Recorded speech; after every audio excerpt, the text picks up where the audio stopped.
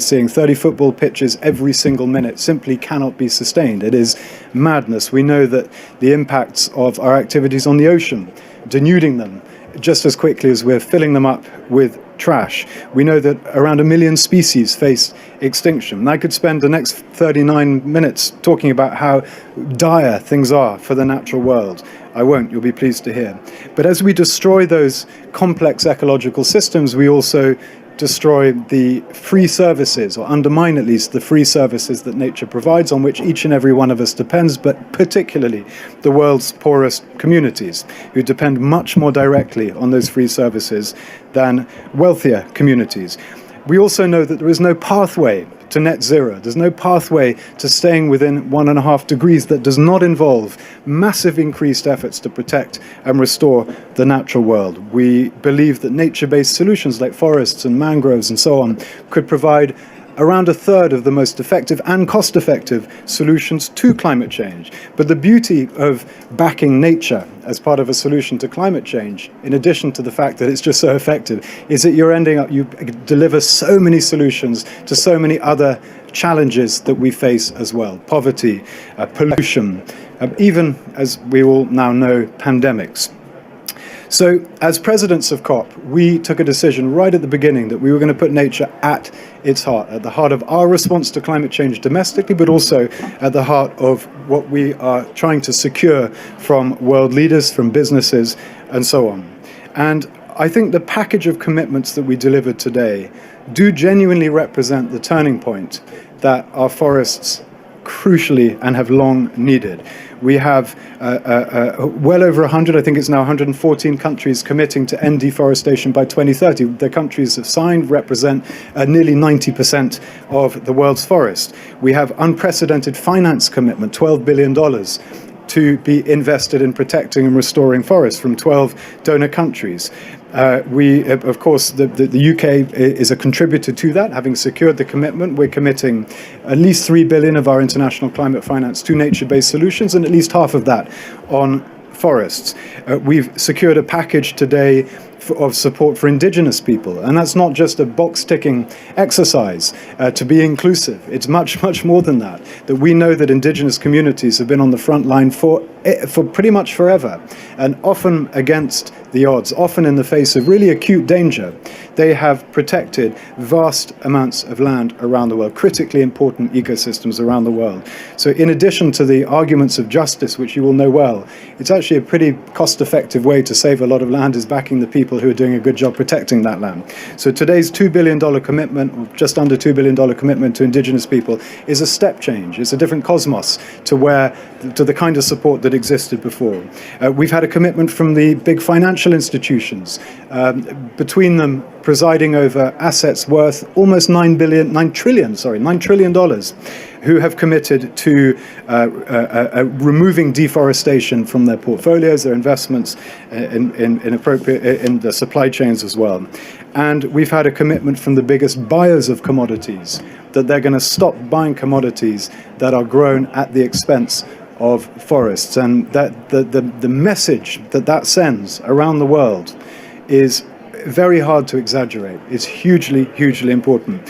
And as one of the biggest contributors to the multilateral system through the multilateral development banks, we have been working very closely with our friends on this panel here to secure the commitment that you're about to hear a bit more about from these fantastic leaders on the panel. And it just seemed to us, and seems to us, to be absolutely right that when it comes to the use of public money, that money should be used for the public good. It should not be used in such a way that it degrades the public good. So I can't exaggerate how happy I am with the commitment that you have made. I think it has the capacity, this commitment, perhaps not to flip the market, but certainly to shift the market very significantly in the right direction. And before we see some footage of some of the brilliant projects that have been supported, it's my huge pleasure to invite each president we have here, and a few that are not here, to tell us how your institution is integrating climate and nature,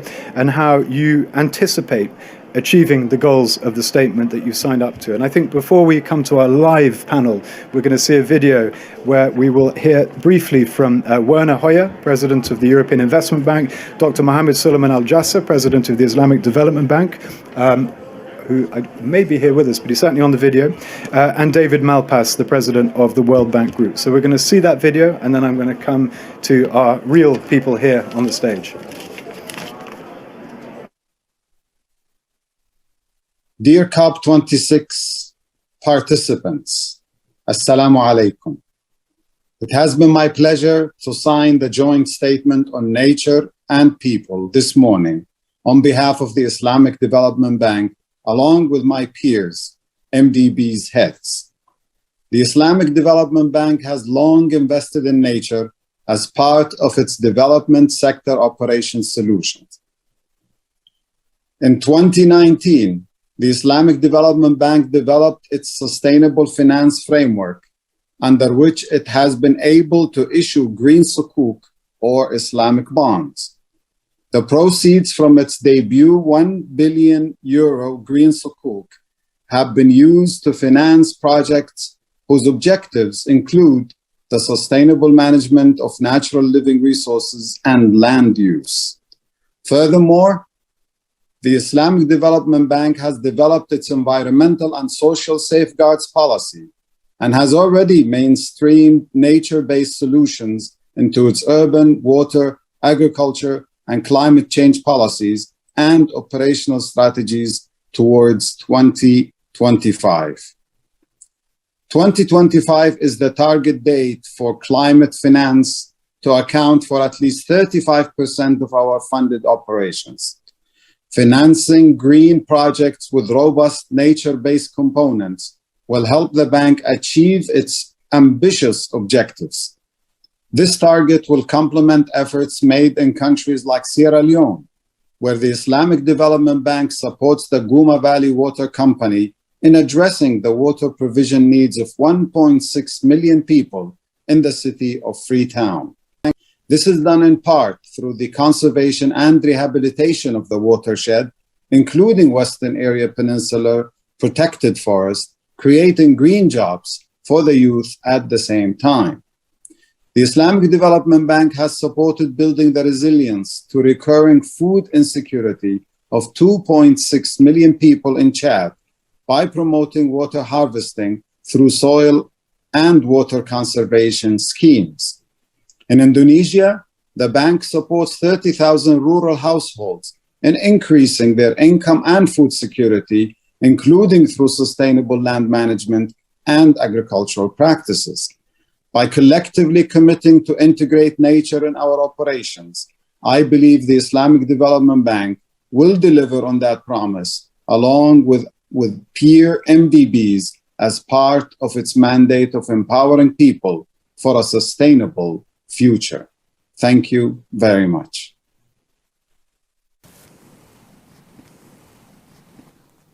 Protecting nature is an underlying principle of our sustainable financing. For this reason, we at EIB, the EU Bank, are wholeheartedly signing up to this joint MDB statement on nature, people and planet. It reinforces our commitments on nature and biodiversity, which run through all of our work. We have pledged to support €1 trillion of climate action and environmental sustainability investments in the decade to 2030. This means working with more public and private partners, as well as other financial institutions. It means mobilizing finance for sectors like sustainable agriculture, sustainable forestry, and the ocean economy globally, but especially where some of the largest biodiversity losses are occurring, in Africa, Latin America, and Asia. Nature, people, and the planet are the common thread woven together in the Sustainable Development Goals. With this in mind, the EU Bank has contributed up to €1 billion to the Great Green Wall initiative in the Sahel region. The EIB will help strengthen Africa's vast natural capital, its unique biodiversity and ecosystems, to bring opportunities in social and economic development, while contributing to ecosystem restoration and resilience, and climate action. We also know oceans play a vital role in the world economy, and they are the largest carbon sink on the planet, helping to regulate the global climate. However, oceans are under enormous pressure, with economic and social implications for billions of people. This is one key area where the climate and nature agendas need to converge. In 2018, the EIB joined forces with KfW and AfD to launch the Clean Ocean Initiative. By 2023, the initiative will have financed more than 2 billion euros for the management of wastewater and stormwater in Africa, Asia and Latin America. We have already achieved 2/3 of this goal. At the Eubank, we recognize that the economic consequences of biodiversity loss represent a systemic risk for our partners. As of next year, we will develop a diversity risk score to assess the biodiversity risk of our counterparts. As the EU Climate Bank, we have been committed to tackling and addressing the effects of climate change for a very long time.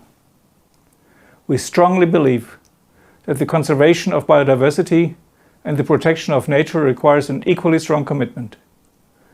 Let's take action together. Fellow colleagues from MDBs, distinguished guests, ladies and gentlemen, I've just come from the G20 Leaders Summit in Rome, where we discussed the importance of nature-based solutions as an important tool for climate action.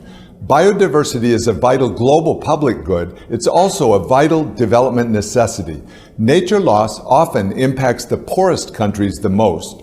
Our research estimates that low-income countries could lose around 10% of their GDP annually by 2030 if select ecosystems such as forests, fisheries, and pollinators collapse.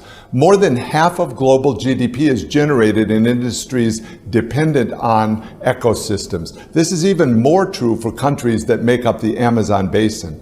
Biodiversity and climate change are closely interlinked, with terrestrial and marine ecosystems serving as critically important carbon sinks. At the same time, climate change is a direct cause for the loss of biodiversity and ecosystems. This is why nature-based solutions are an integral part of our climate change action plan. The World Bank Group has financed biodiversity conservation around the world for over 3 decades. In the Solomon Islands, the World Bank and MIGA are supporting the development of a biodiversity action plan as part of the Tina River hydropower project. In China, the World Bank Group supports forestry, landscape, and river basin management programs and marine plastic abatement. In Turkey, we support resilient landscapes that enhance livelihoods for forest communities through erosion control, forest rehabilitation, and income generation. In Indonesia, we're supporting the government's mangrove conservation and restoration efforts, which benefit coastal resilience and enable carbon sequestration. Many of our investments in nature are focused on the poorest countries. Their investment needs are growing. That's why we're discussing with shareholders under the IDA 20 replenishment a step up in support for nature-based solutions. We believe that the private sector has an important role to play in supporting biodiversity.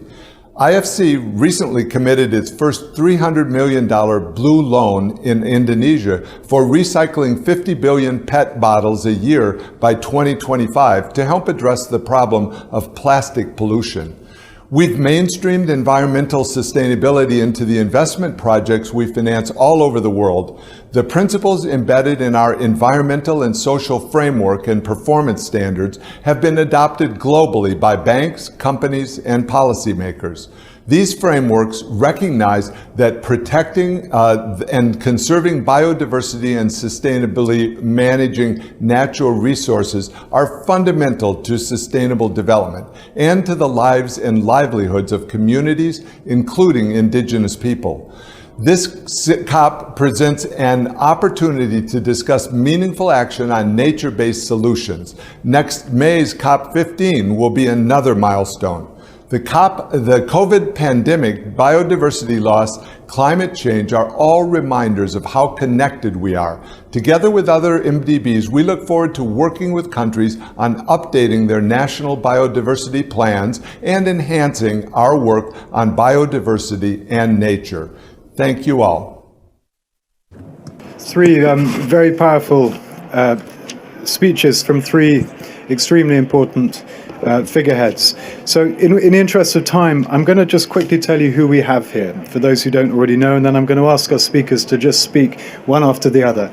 And we're going to start with Maurizio Caroni, the president of the Inter-American Development Bank, and I do want to just particularly thank him for the leadership he's shown in helping us get to this point. He's been truly heroic. Absolutely right.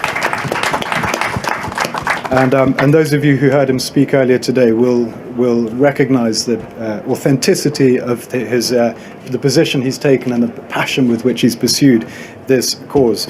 We're also going to hear from Dr. Hyginus Leon, the president of the Caribbean Development Bank. Thank you so much for being here. From Odile Renaud Basso, the president of the European Bank for Reconstruction and Development. Thank you so much for being here. Masatsugo Asakawa, the president of the Asian Development Bank. Thank you very much indeed for being here. And then finally, Sir Danny Alexander, a former colleague of mine. It's lovely to have you as a colleague again, the vice president of the Asian Infrastructure Investment Bank. So, Maurizio, we're going to start with you. And thank you again. Thank you, Lord Goldsmith. It's really a pleasure to be here. And since you talked about authenticity, I have to throw away my remarks. And I'm going to be really brief because I had the privilege to speak on behalf of my colleagues, the other MDBs, in regards to the statement that we presented today. And it was truly a privilege to do so. But I want to just highlight a few key points here. And I apologize for being late. I was tardy because I was signing with President Duque of Colombia a historic PBL, a policy-based loan with the government of Colombia. Historic in the sense of the magnitude. We yesterday signed the long-term strategy for Colombia, one of the first and most innovative in Latin America and the Caribbean, of which the IDB took a great deal of pride to be working with Colombia on, along with France, that also participated in that regards. And then today we were able to sign this PBL to help with the implementation of that, and implementation of a sustainability program, resilience program for Colombia, including for the Amazon basin in Colombia. And it was historic in the sense of not only the $600 million, which the IDB is proud to put towards this program, but one of the largest mobilizations that we have seen, at least in our bank's history in that regards, with 5 partner countries, France, Germany, the UK, Sweden, and Korea, of which we were able to mobilize another $600 million for a $1.2 billion operation in that regards to support Colombia's implementation. So, goes to the point, we're not just talking the talk, we took action right away, and we're taking further action. A couple of things I just want to highlight, I talked about some of them, and including and we're very proud, obviously, what we've done in regards to Paris alignment starting now in 2023, upping our green and climate finance from literally $5 billion to almost $25 billion by 2025, which is literally a 50% increase than in the previous 4 years. And the ambition, and we talked about, and I heard some of the speakers talk about the private sector. You know, for me, one of my priorities is that the IDB to be innovative and market-oriented. Because at the end of the day, all of us here can get together and can mobilize all we want, and we're not going to solve the problem. No government, no international financial institution is going to solve the problem. We need the private sector to mobilize.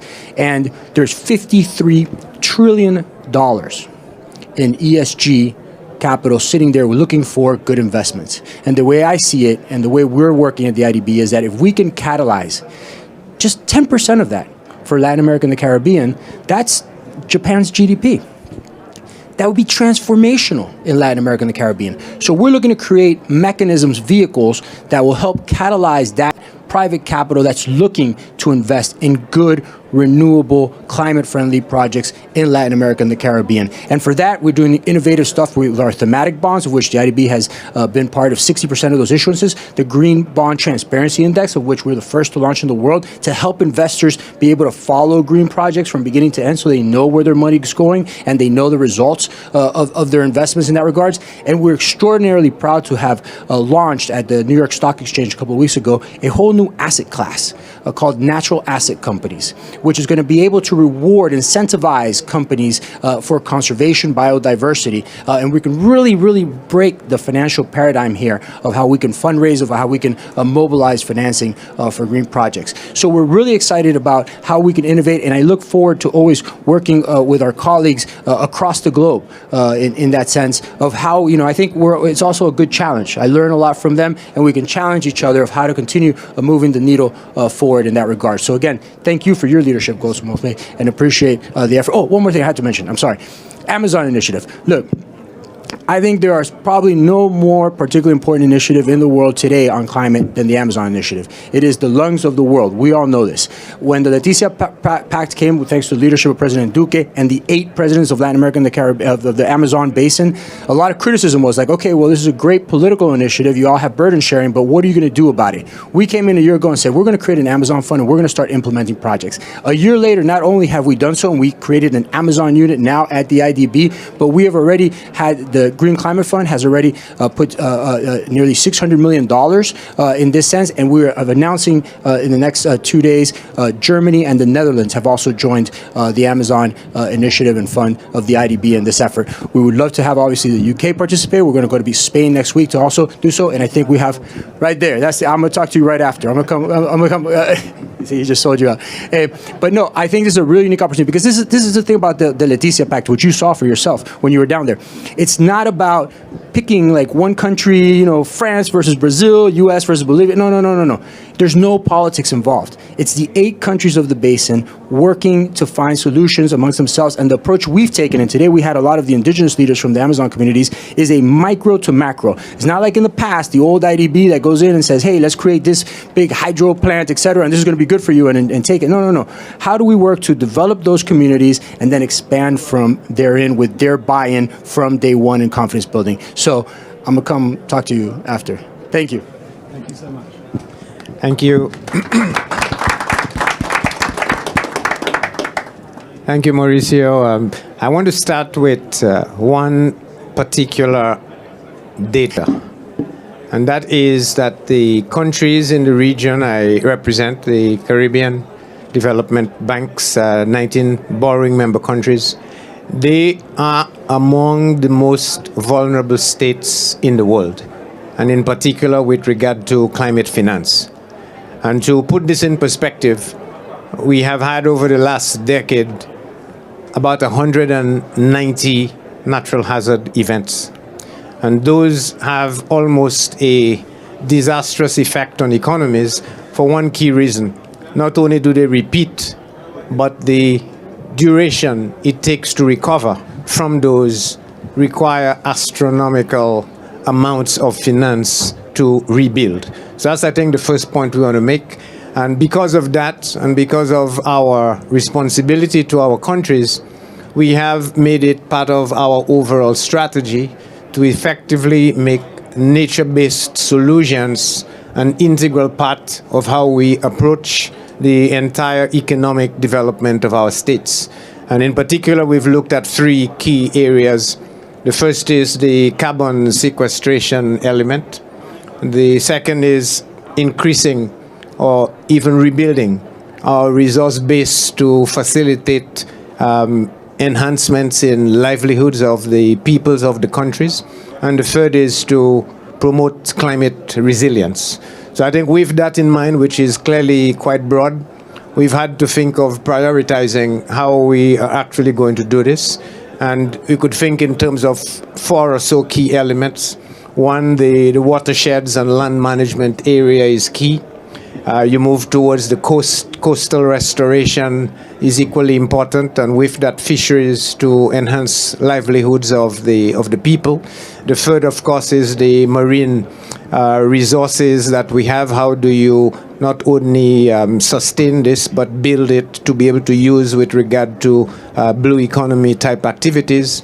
The fourth that goes with this is the integration of the entire marine terrestrial ecosystems with national development plans so that it becomes an integrated element of how we actually approach the whole issue of development. Within that, I can point to a couple of key examples in those areas that we've pursued. in St. Lucia, that happens to be my home country. We've actually done an afforestation and reforestation project that looks at improving the recharge rates of groundwater, reducing soil erosion as a means of capturing that element of the land management system. We have a coral reef project that equally looks at restoring that resource base on coral reefs with a nice twist in that it captured both public, private, and community-based institutions, not the typical way we do this. And in Haiti, we actually have had a project that looks at marine coastal restoration to, again, facilitate the strengthening of fisheries and livelihoods of people who live along the coast. And so the real question is, how do we actually go about doing this? What we think is you have to have targets and you have to be catalytic. As I said, the numbers are very large. We don't see ourselves as being able to do this on our own, but we have pledged 30% of our own resources towards climate-related projects. And we are hoping that this would be catalytic and could invite partnering and partnerships to allow us to be able to do more for those countries that I've said are extremely vulnerable.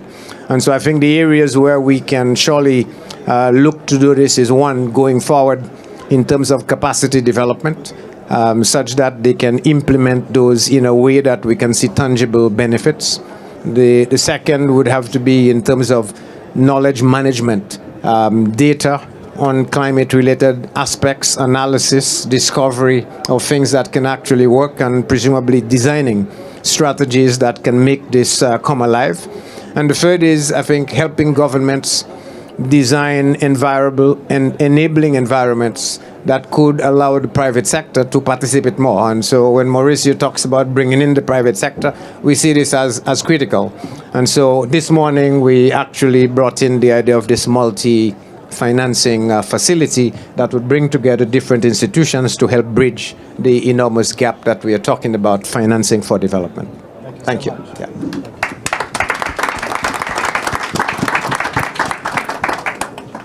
Good afternoon. It's a pleasure for me to be here and to have signed this statement, because I really believe that nature and biodiversity are at the core, very essential for our life. We depend on them for what we eat, from what we breathe, from our capacity to live on the planet. And we need also nature to help us dealing with climate change, because of the absorption capacity of carbon dioxide from the atmosphere. So, despite all that, we know also that our activity, economic activity, causes biodiversity loss at a rate which is without precedent. And this is still the situation we are facing. There is a contradiction between public goods and private interest in the use of our natural capital, and that triggers two very important tragedies. We all know tragedy of commons, where we see public environmental assets being systematically degraded, and tragedy of the horizon, where our generation and past generation deplete natural resources at the expense of the next future generation.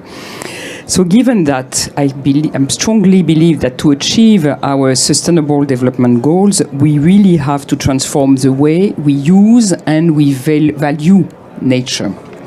And we have to consider nature as a real asset and not only something we can consume and rely on. So we are at the EBRD working with our colleagues, MDB and bilateral development agencies, to mainstream natural positive solution in what we do. It's beyond climate financing, and I think it's another dimension. In the last 30 years, we have invested more than 6 billion euros in projects in the field of pollution prevention and wastewater treatment, and more than half of this amount has been spent in the last 4 years. So we see an acceleration on our activity in this area on a voluntary. It's the outcome of a voluntary strategy.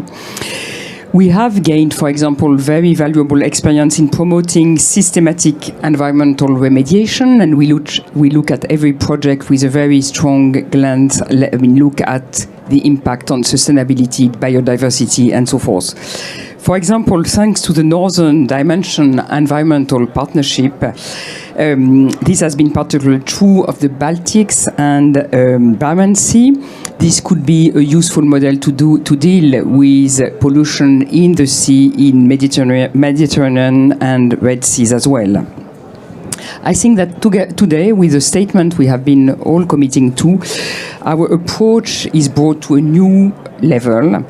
We commit to increase and coordinate our policy work to achieve systematic impact.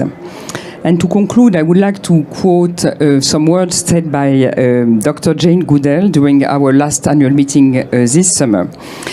Our planet is facing multiple interrelated crises: climate change, the COVID pandemic, and the loss of biodiversity. It's now time to find new ways of doing things and protect the beautiful tapestry of living things on which we depend. Thank you very much.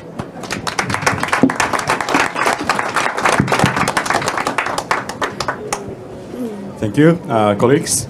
We are also very delighted to join forces with you today to signal out combined intent to address environmental degradation as a key component of addressing climate change and ensuring long-term prosperity.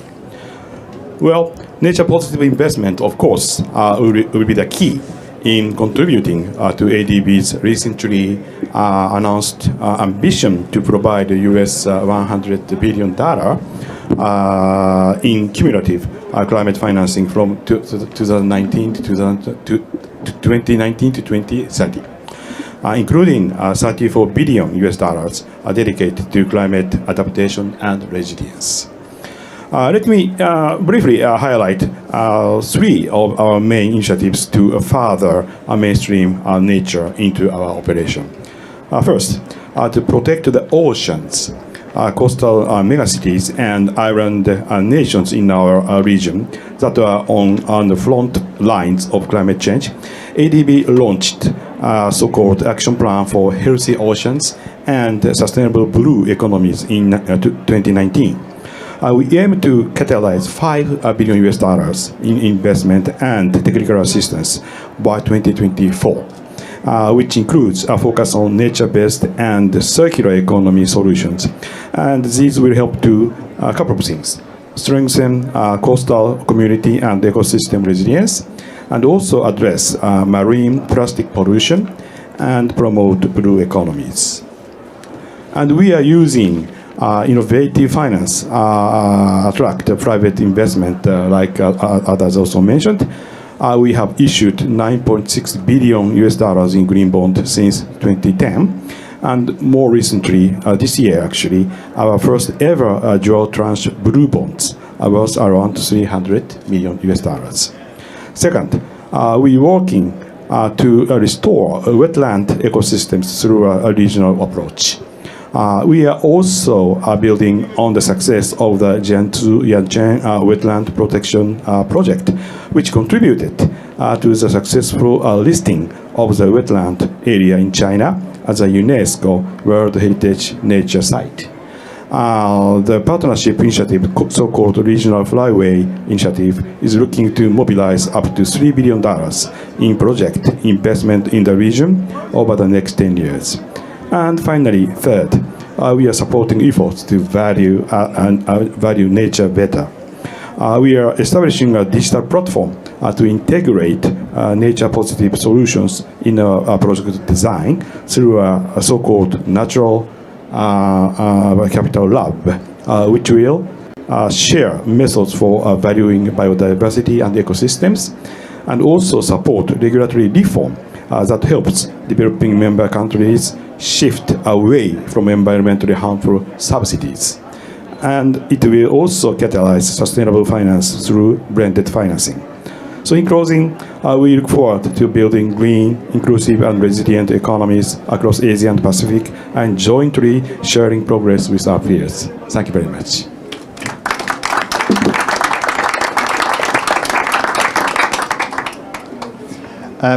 Speaking last, one wonders what there is left to say after so many wonderful contributions. Firstly, I would like to say that I want to convey the best regards of our President Jin Lichun, who cannot be here. and who's chaired the Heads of MDBs meeting this year. And I also want to pay tribute to the UK, because I think the UK, by introducing biodiversity as a major issue in this COP, has really helped to accelerate the international attention to this issue. I think it used to be said that the debate on biodiversity was lagging behind the debate on climate change by a few years. Perhaps this initiative today that you've led and taken, all the initiatives, will help to accelerate the development of that agenda much more quickly. And so for AIB's sake, we're very proud to be part of this joint statement, and also to recognise the importance of the cooperation among the multilateral development banks as a system that this kind of statement represents. So very pleased to be part of it. Nonetheless, there is a lot of work to do in this agenda. Biodiversity lags climate in terms of metrics through which to understand the impact of investments, as well as instruments and institutions to govern and finance investment. And so one of the things mentioned in the statement is the importance of creating metrics and transparency around measures so we understand the impact that we're making. And in that we can learn a lot from the way the climate agenda has developed over the last few years. Of course, one of the reasons why this issue is so important on this COP agenda is because we recognize the interrelationships between climate change, biodiversity loss, land degradation and desertification, ocean degradation, pollution of air and water, and of course the One Health agenda also. If these relationships continue to become more stressed, then we will continue to have more experiences like that which we've had over the last 2 years with the pandemic. So from AIB's point of view, last September we adopted our first corporate strategy, which gave us a very strong focus on green infrastructure. We set the target that 50% of our investments will be climate finance by 2025, and along with other NDBs, we're embracing the Paris Alignment Agenda. Therefore, we expect to contribute $50 billion to climate finance by the end of this decade. Biodiversity conservation, climate mitigation and adaptation objectives can be achieved simultaneously by financing green infrastructure. For example, mangroves can help to protect coastal populations from sea level rise and typhoons induced by climate change, sequester carbon and protect biodiversity all at once. From AIB's point of view, we look forward to embracing nature-based solutions to meet the infrastructure challenges that we see in our client countries. Our environmental and social framework, which we adopted a new version of this year, has much strengthened recognition of the importance of conserving and protecting biodiversity. And biodiversity is one of the critical parameters, therefore, of the due diligence that we do on every single one of the projects that we finance, in common with other MDBs. And so all projects, whether they're focused on biodiversity or not, are screened for their impact in this area. So we're very, very excited to sign the joint statement on nature, people and planet, which stresses the symbiosis of development of human beings and nature and the important role that MDBs can play in promoting nature-based solutions. And we look forward to contributing to moving this agenda forward. I'd also want to finish by saying that we should recognize the connection between what's going on here in Glasgow and what will happen in Kunming in China in May of next year with the COP15 on biodiversity. The Kunming Declaration from October highlighted the importance of building an ecological civilization, and I think this joint statement also shows that international financial institutions have a critical role to play in promoting biodiversity and ensuring that as we tackle climate change, we also tackle the issues of biodiversity loss. So I hope that this work that the UK has led today will also help to lead to a successful outcome of COP15 also. Thank you very much.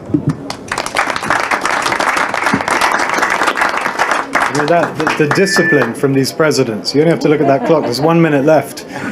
So I'm very grateful to you all for keeping to time and cramming so much positivity into what you said. I think this is a massively important thing that you're doing. I think it's hard to exaggerate, in fact, how important it is. I'm so grateful to you for your time today, even more grateful to you for the work that you're doing. As Danny has just said, there's an enormous amount of work still to be done. We've got to turn that tanker around. But nevertheless, this is a really huge step in the right direction. And I really hope that is widely recognized. Thank you all so much for your time today. Maurizio, thanks for your leadership. But thank you all for your leadership. And thanks everyone for coming.